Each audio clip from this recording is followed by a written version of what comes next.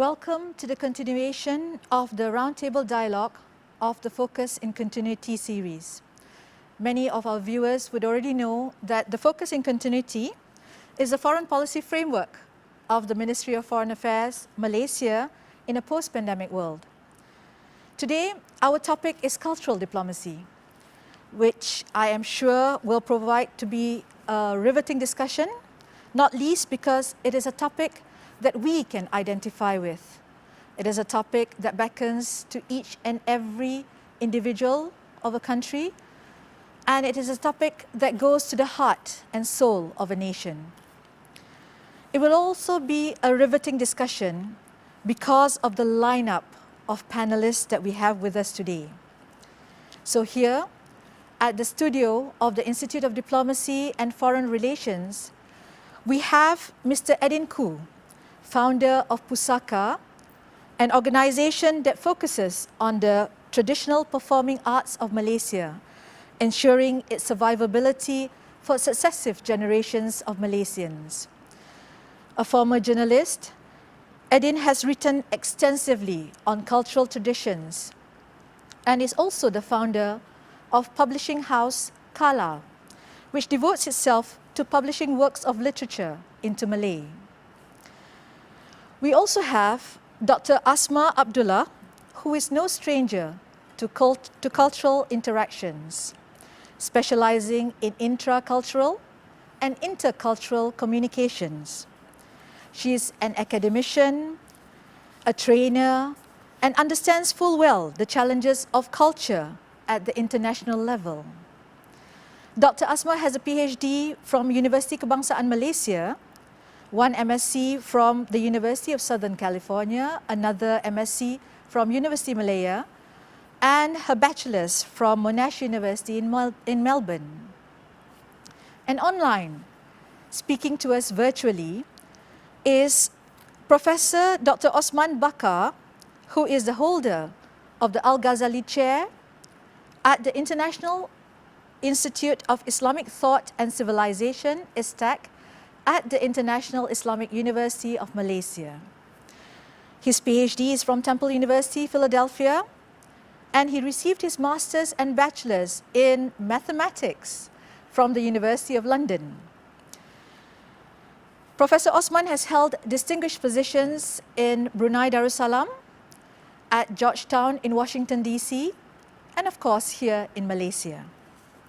And I am Shazelina Zainul Abidin of the Institute of Diplomacy and Foreign Relations of the Ministry of Foreign Affairs, Malaysia.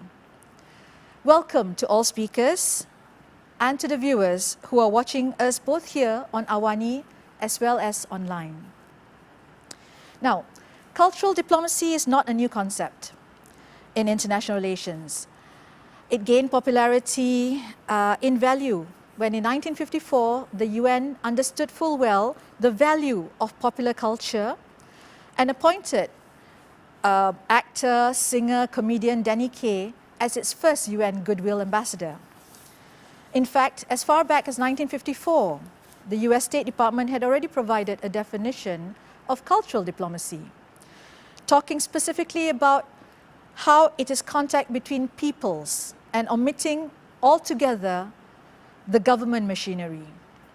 Fast forward to 60 years later, and we see that there is an explosion of what people understand to be cultural diplomacy. You talk about Japanese cuisine, you talk about Bollywood movies, about K-pop, about pandas as diplomats. Not to mention Germany's Academic Exchange Service, the Alliance Francaise, the Montreal Jazz Festival, and the Rainforest World Music Festival. And so non-great power states understood that cultural diplomacy could be used as a soft power in foreign policy, by which to project their country's image. It is the idea that cultural diplomacy can influence the perception of a people about that country, and in so doing, allows that country to better pursue its national interests on the world stage. Now that's the diplomat talking. We need to hear from our panelists. So let's talk to them. Let's talk about cultural diplomacy in Malaysia's context. One of the ways that the framework Focus in Continuity talks about as per cultural diplomacy, and I'd like to quote here, is to promote Malaysian culture in a manner that allows for long-term continuity. So let me pose this question to all three panelists. What is Malaysian culture? Is there even a consensus about what that means? And what do you understand when we say promoting Malaysian culture abroad? Can we go to Professor Osman first? Thank you, Shazelina, my fellow panelists, Eddin, Khoo, and Asma. Thank you to the Institute of Diplomacy and Foreign Relations for inviting me to this program. Now, to the question, what we understand by Malaysia's cultural diplomacy,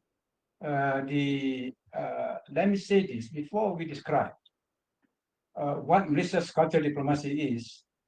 Let us try to first understand what we mean by cultural diplomacy, and also to see a few words about his historical background. There is no precise meaning of the word cultural diplomacy on which you all could agree. One good reason for the disagreements on the subject is that different nations have different historical experiences of cultural diplomacy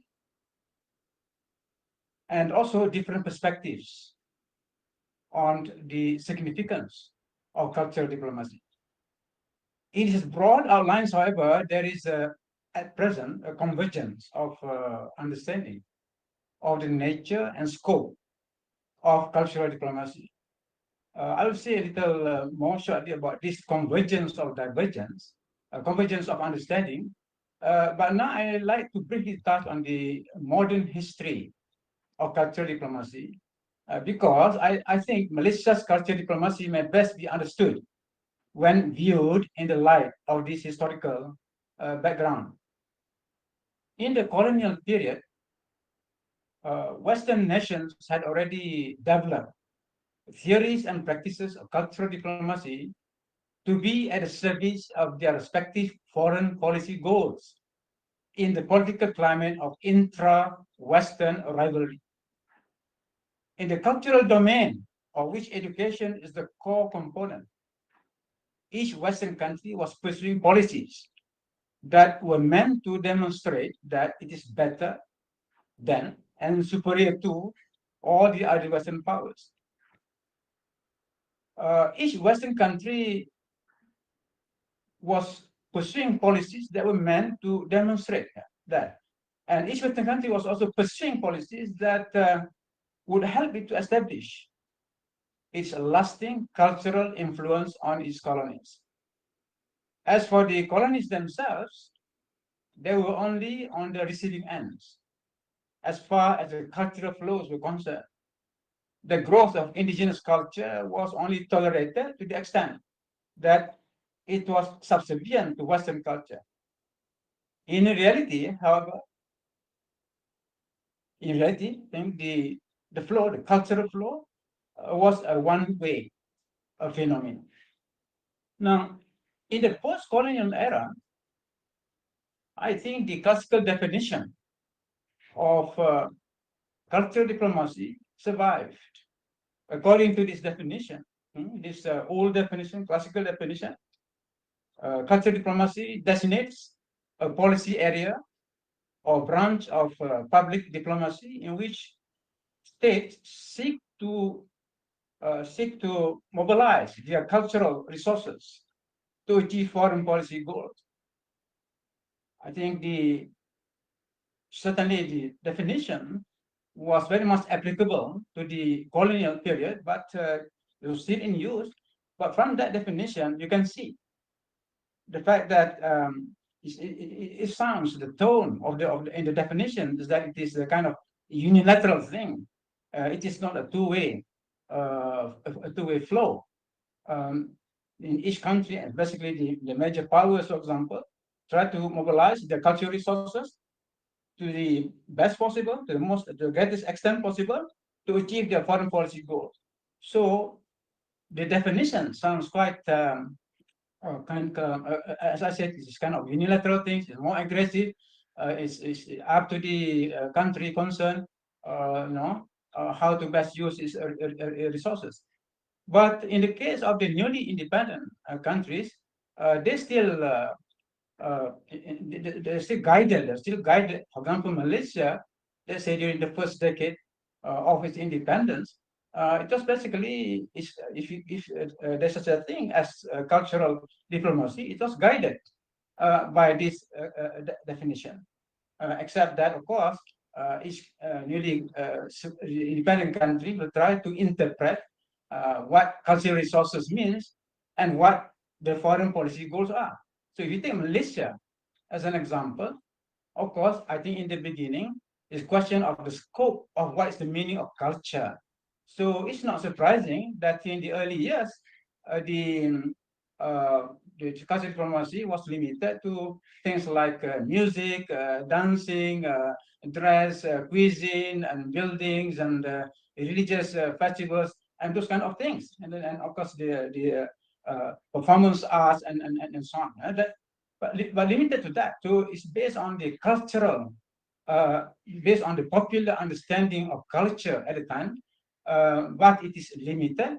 It is only later that we see a kind of expansion of the range of cultural resources in Malaysia. So, in short, I think from the beginning of its independence, there was cultural diplomacy carried out by Malaysia, but it was limited to the popular culture.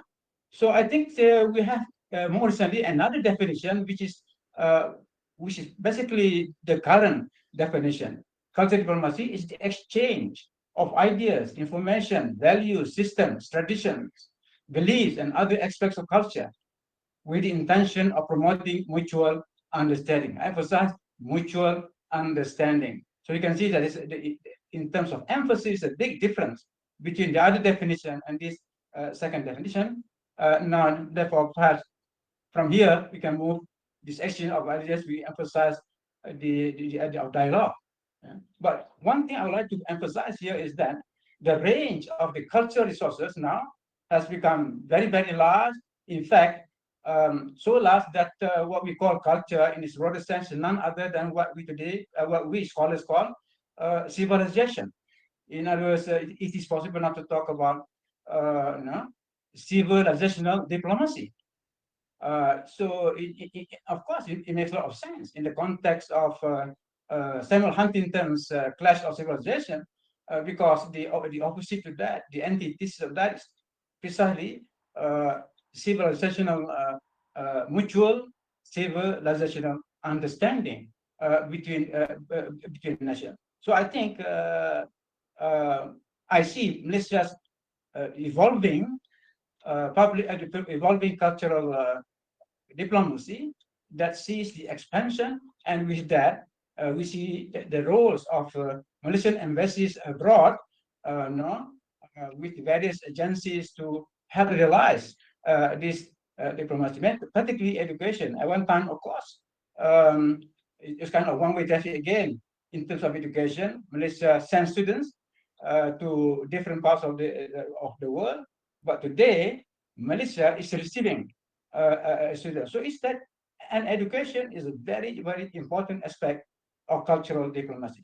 So that's my initial response to that, Shazelina. Thank you, Professor Osman, for that enlightening perspective. And you have given us a very good foundation, because you've opened up the scope to infinite possibilities when it comes to cultural diplomacy. Let's turn to our panelists here at the studio. Dr. Asma, the same question to you. What is Malaysia's cultural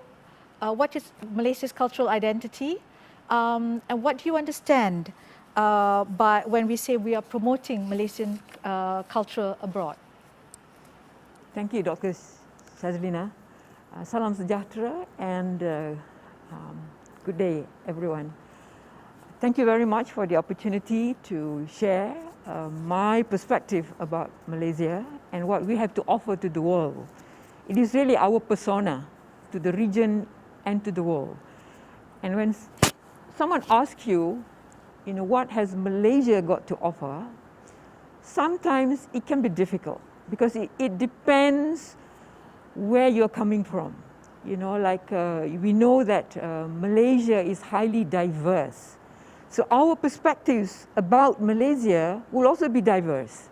So I think it's being able to have a coherent, consistent picture of Malaysia is sometimes quite challenging. Now, based on my work with foreigners as well as diplomats, young diplomats in IDFR, I find that it is very important for us to understand our own culture. Yeah? So when you're talking about cultural diplomacy, the first thing is to understand your own self, before you understand others. I think Professor Osman has shared with us the historical perspective about Malaysia and where we are located in this part of the world.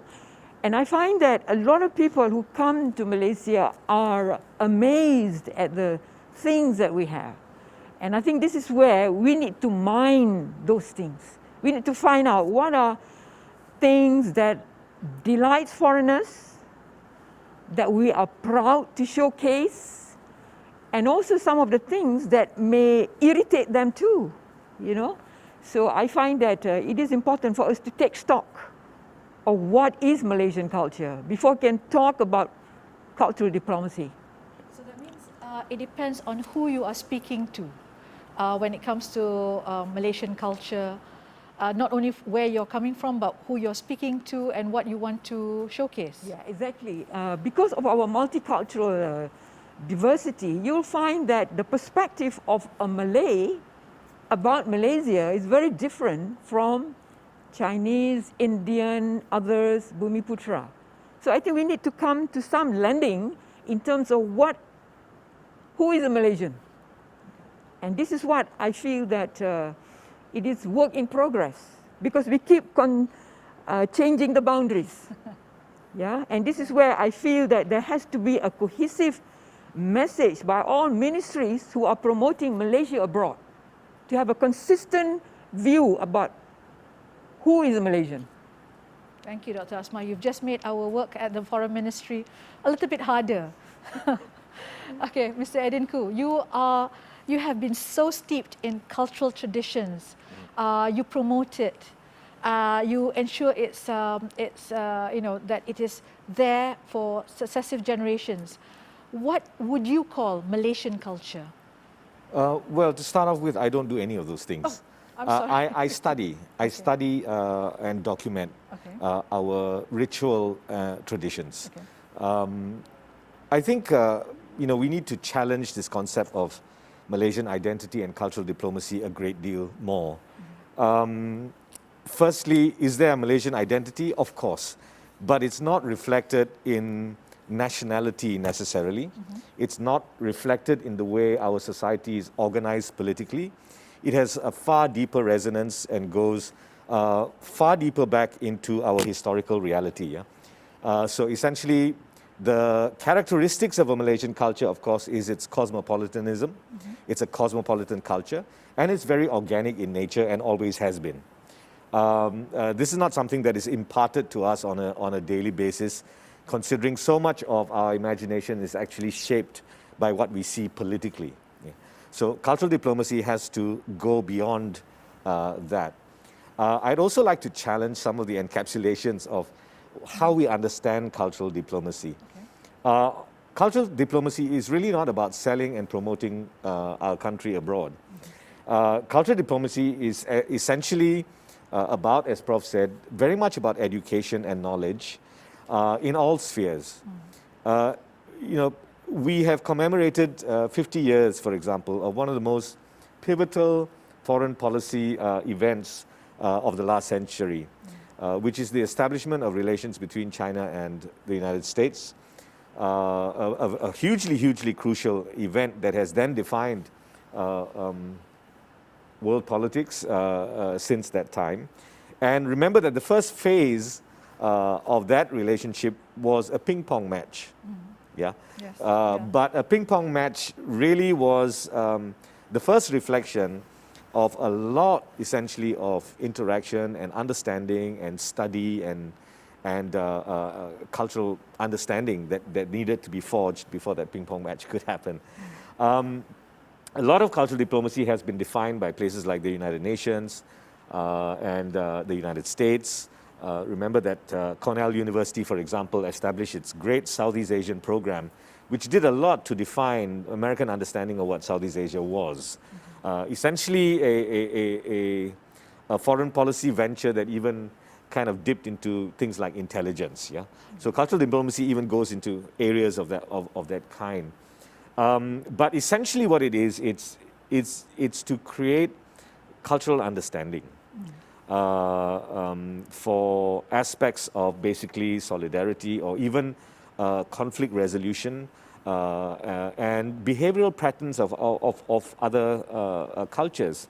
I often very much like to fall back on something that's very much forgotten now, which is the resolution and the agreement that was brought about in Bandung about 50 years ago between third world nations, about how essentially we should be able to come together and through a process of mutual understanding and mutual solidarity, begin to grapple with this idea of how cultures can share.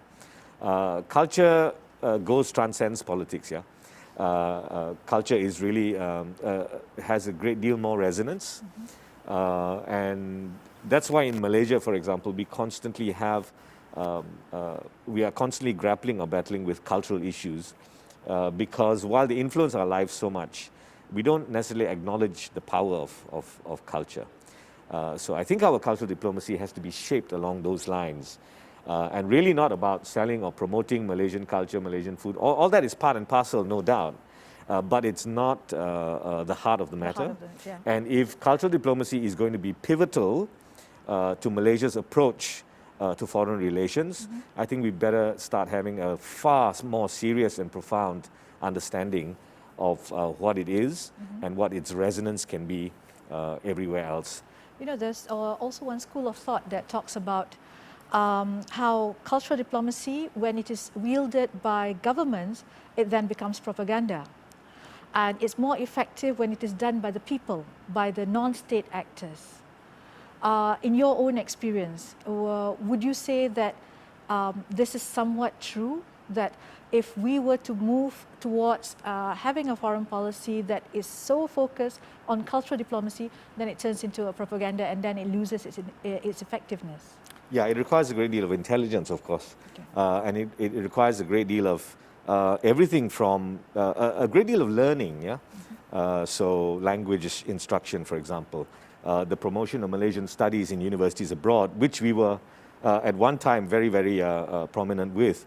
My alma mater, for example, the School of Oriental and African Studies, the University of London, was essentially set up by a British administrator for the promotion, really, of the understanding of the Malays. His name was Richard Winstead. I think he's very well known.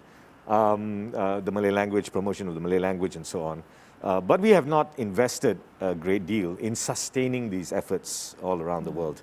I think Malaysia needs to look back at its own foreign policy, or foreign policy trajectories over the past 50 years, and come to understand that so much of our cultural resources, linguistically, in terms of population demographic, in terms of diversity of our culture, have allowed Malaysia, a nation of about 32 million people, now, smaller before, to really punch above our weight. Yeah? That's correct. Thank you very much. We'll take a break now for a few minutes, and we'll come back with more questions for the panelists.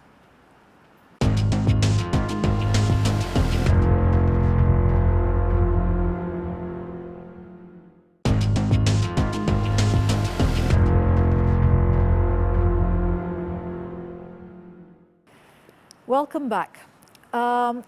Since we are talking about focus and continuity, which is a framework of the Ministry of Foreign Affairs in a post-pandemic world, so I need to bring this back to reality and bring it to the 21st century. We've gone through the theory, we've gone through the ideas of what makes up cultural diplomacy. Let's look at how we can promote diplomacy as a whole and whether the digital era has made it more challenging for us, or has it made it much easier for us, taking into account that we are not the only players out there. As Professor Osman said, competing interests, competing countries. So the competition is great. So let's go to Professor Osman. The digital era, has it made diplomacy easier for Malaysia, or has it made it much more challenging for us to promote our interests abroad? Hello, Shazelina. Yes, to the question. You know, if we are to compare our achievements with many of the developing countries, I think we have done much better, and and I will say that the Malaysia has been one of the most digitalized countries. You know, as they say, United States. You know, one of the most wired. You know, communities in the world. Of course, in comparison with the more advanced countries, there are gaps, but we are catching up. Yeah? So I think, for just to give you an example, when I went to many countries, talk about, say, our capital, Putrajaya, right? Going for kind of, it is a city, a capital city, a modern capital city, which is carrying an e-governance, you know. That is a great achievement for in the eyes of many countries in Asia and in Africa. Malaysia is an advanced country when it comes to digital technology, and of course we have to maintain that achievement because it is a very competitive field and competitive technology. Things some countries can catch up in a very short space of time because that is the kind of technology that we are dealing.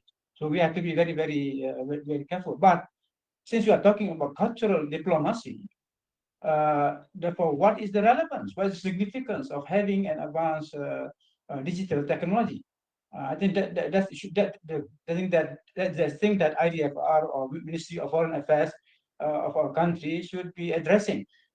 In other words, actually, it opens up a lot of possibilities. You know, in terms of a great abundance of opportunities for Malaysia to enhance its cultural diplomacy by using the digital technology that is available to us.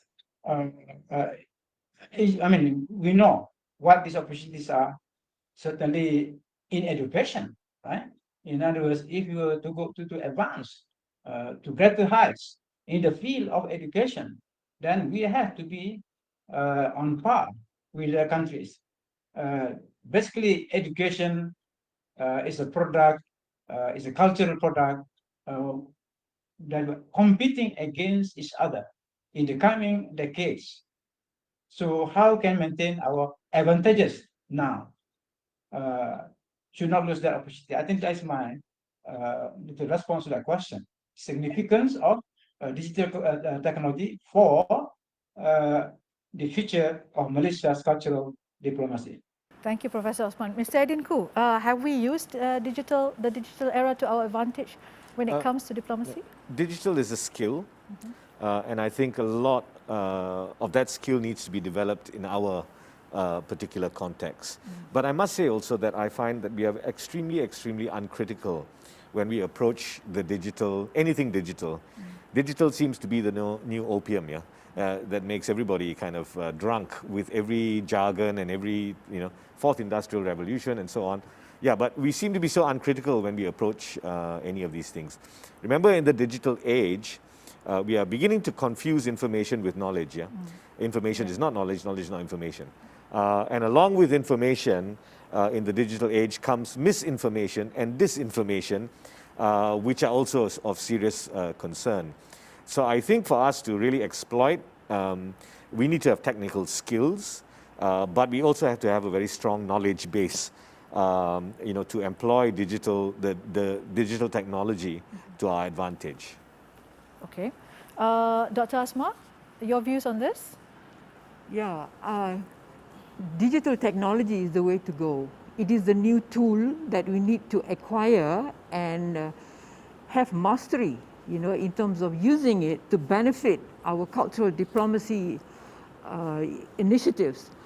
I've been fortunate to tune in to a number of cultural expressions by a neighboring country in the ASEAN region where they publicize their symbols as well as their cultural practices online.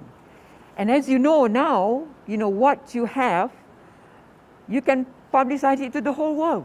Dr. Asma, when you say symbols, Symbols like, for example, this particular country had demonstrated the use of the sarong. Okay.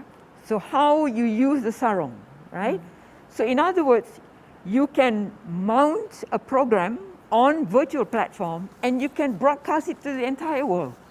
Okay. So I think this is the way to go when you talk about expressing the richness of our culture.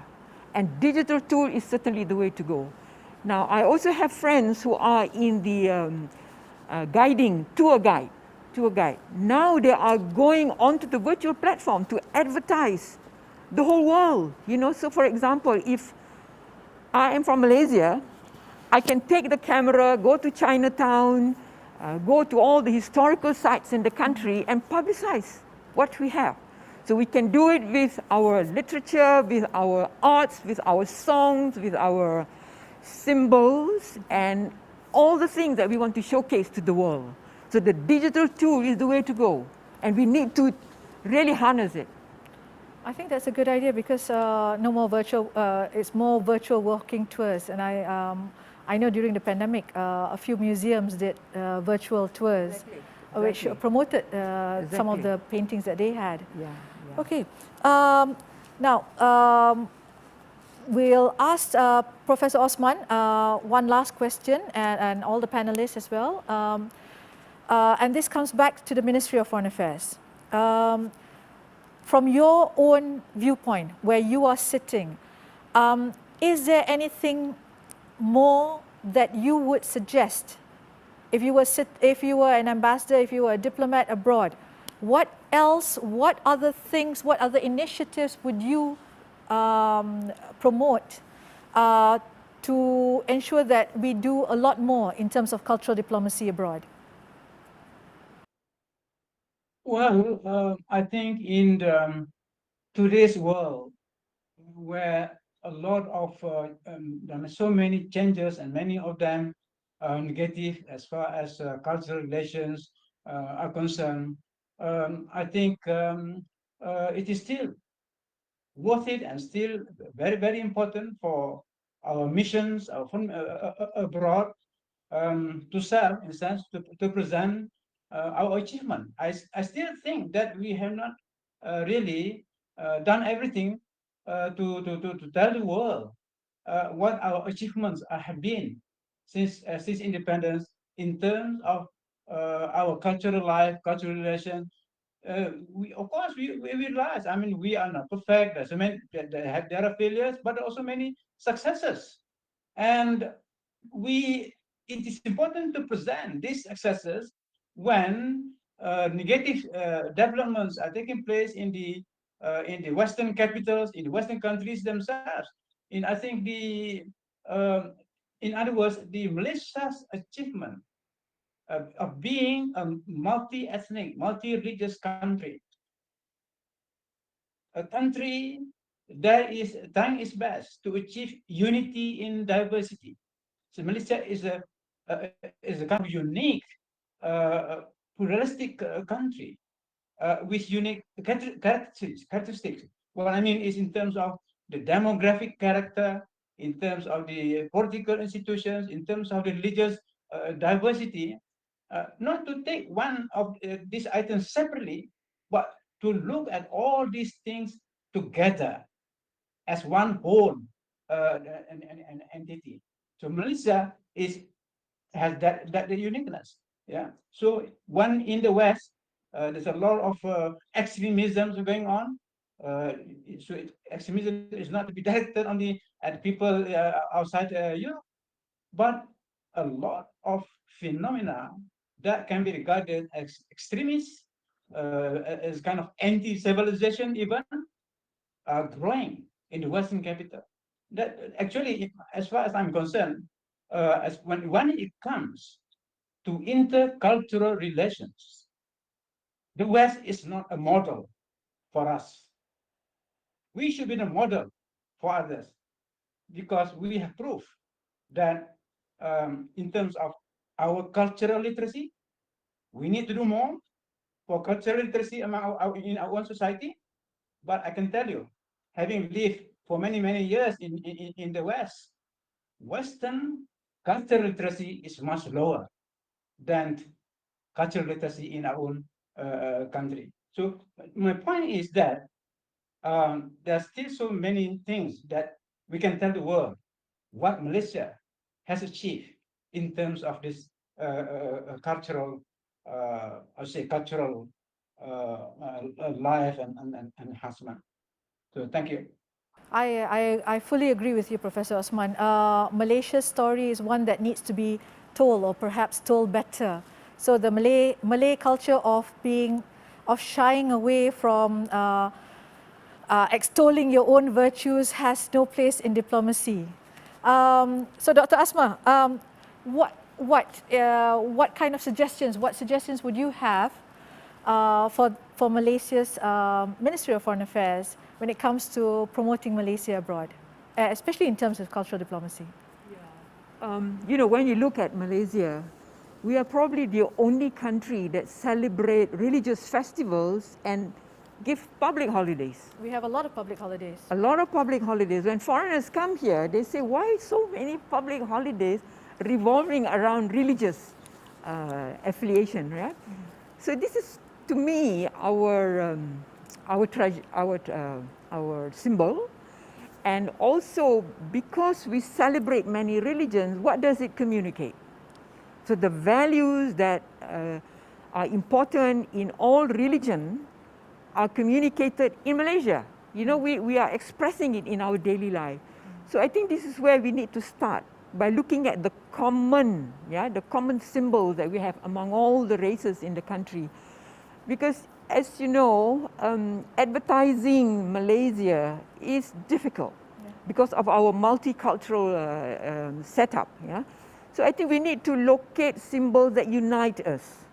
Yeah? And this is where I think we need to do a lot more work, a lot more research in terms of trying to tell the world that we have a unique culture. You come to Malaysia, you see truly Asia. You know, I have friends who come here, who work here because they find that the diversity in the country is amazing. And when they go back to their country that are homogeneous, they will be able to share their experience. And then I have friends who bring students here for almost 10 years. And when I ask her, she's a professor in business, she said she has to attach her students to different organizations in the country. And when I asked her, why do you keep bringing students here? And she said, this is the only country where you come and you have a feel for Asia. Yeah? So there are many foreigners who come here to learn about our diversity. And this is where I find that if you want to promote, you want to project Malaysia, you've got to be inclusive. Not Malay promoting Malay culture. Mm-hmm. I think we need to recognize the contribution of, say, for example, Ramli Ibrahim, you know, who is promoting Indian culture. And then you have a Malay promoting Chinese culture. So you've got to go into that arena of intercultural competence. Yeah? Otherwise, we will be just shock sendiri about our own culture. And people will see it as, yeah, you would be promoting your own culture. But now in Malaysia, you see that intercultural display of understanding, mutual cooperation, collaboration. And I think the uniqueness about Malaysia is that we are very friendly. Yeah, that's why people come here. Very easy to do business. So indirectly, cultural diplomacy will have an indirect impact on tourism, on education, on trade and commerce, and many more. We just need to advertise ourselves better. Exactly. We just need to do a good job about promoting ourselves. Mr. Eddin Khoo, your opportunity to tell the Foreign Ministry, what else can we do? I'm just getting a little confused here because, the Ministry of Foreign Affairs is a hugely crucial arm of the Malaysian government. It is not, it should not be doing the business of the Ministry of Tourism and Malaysian tourism. Cultural diplomacy is a hugely important aspect of Malaysia's, foreign policy reach. Also a voice for us to have a major say, essentially, in very essential things that are happening in the world. And more important now than ever before, because we have the cultural experience. I take on from what Prof said. Intercultural understanding is a major problem in the world today. We should be saying a lot more, which we are not doing. Because we have that wealth of experience. We are a cosmopolitan culture, we are an organic culture. I have nothing against Malaysia, truly Asia, but really it's really quite shallow. And I think we need to take it far deeper. Remember the role that Malaysia has played on foreign affairs, in the United Nations, in peacekeeping efforts. These things need to be remembered, and they have to forge part of our institutional memory as we begin to shape our understanding of cultural diplomacy. It's all well and good, and even when we promote Malaysian culture elsewhere, I don't think we have, as Prof says, the cultural literacy to actually explain what these things are. Wayang Kulit is not a matter of song and dance. It is a representation of the Malay, Kelantanese worldview, philosophy, of also historically about how Malay culture is forged up of so many different components, what cultural influences have been. I think we have to really go beyond the very gestural things that we do. I'm often asked the question, as a non-Malay, how come you're so involved in Malay culture? My family has lived here for 4 generations, and on my father's side, 6 generations. My father is from a Peranakan family who speak Malay. Malay culture is my culture. It is not the culture of the Malays that I'm interested in. And I think when we start to acknowledge that that is our cultural reality, all of us in Malaysia, and stop, having this insulating Puritan approach to my culture and your culture and whatever not. Even today, as we are discussing things like language, what kind of a language should be promoted, what kind of language should Malaysia use overseas and so on. It's never to challenge the sovereignty of the national language, but we are a country where every Malaysian should already be trilingual. And here we are battling over, what language we should speak. So I don't think we are using our resources, our innate resources, as a culture and, to use Prof's term again, a civilization, to really forge what our policy approaches should be. And so I think in this, we are putting the horse before the cart and wondering what our embassies overseas should do, when first I think we need to clarify very clearly what we mean by cultural diplomacy, and then what kind of role we can play advocating essentially what the world is facing now, which is how do cultures come together, how do they protect rights of minorities, and these are things that we have so much experience with, and we should be talking on the top platforms of the world as we were doing, 20 years ago, 30 years ago. This is what I think Dr. Asma was talking about, coherence, and then being able to project it abroad. Yeah. I do have to take a number of questions from the audience, so I will open this riveting discussion. I can't go down a lot of the rabbit holes that are already there. Oh. All right, I'm Amalina from Wisma Putra. This question is dedicated to any of the panelists. Without human rights or fundamental rights, it's impossible to practice cultural diplomacy. So my question would be, are the ideas and cultural identity that Malaysia has been portraying complements or reflects our values and rights? Yeah, I think one of the things that I find about the issue of human rights, it is probably a challenge or what do you call it, initiative that comes from cultures which are more individualistic. Yeah, I find that collectivistic cultures are not so involved in championing human rights. Of course, unless you are exposed to studying in the West, in foreign universities who are championing human rights. But I think generally collectivistic Asian societies, the vocabulary is a bit different. So when you're championing human rights, you've got to make sure that what exactly do you mean? Because the concept of human rights from the perspective of Western scholars and Asian scholars, for that matter, unless they are trained overseas, are quite different. I think this is where I find that when groups champion human rights, you've got to be very careful about how you do it and what do you mean really. Yeah, because our culture is very collectivistic. We are harmony driven. We don't challenge our elders. Yeah, so if you're talking about human rights, you have to be very careful about how you articulate your thoughts that will be received well by the audience. Otherwise, you create stress. To champion something that is not palatable to the majority of the population. Okay. That's an interesting question. It's a great challenge because it does pose, again, as we have been talking, how do we shape and broaden, essentially, the conversation about things like human rights? I agree with Asma that there are very different approaches, but I also have to say that in many of our collectivist cultures, we are deeply, deeply authoritarian, and intolerant, essentially, of minority voices and so on.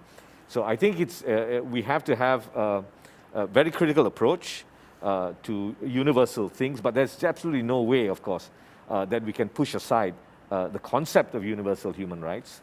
I think we cannot also fall back on being too legalistic.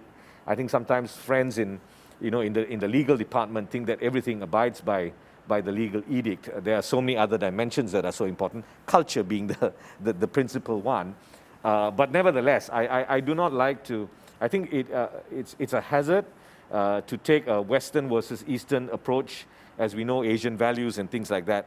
On the one hand, there was a lot to actually grapple with and learn from. On the other hand, it was a complete hypocrisy because it basically allowed or vindicated authoritarian regimes from behaving the way they did. So I think it's a very complicated question. It doesn't go away, and I think we need to be shaping it as we go along. These things are organic, yeah.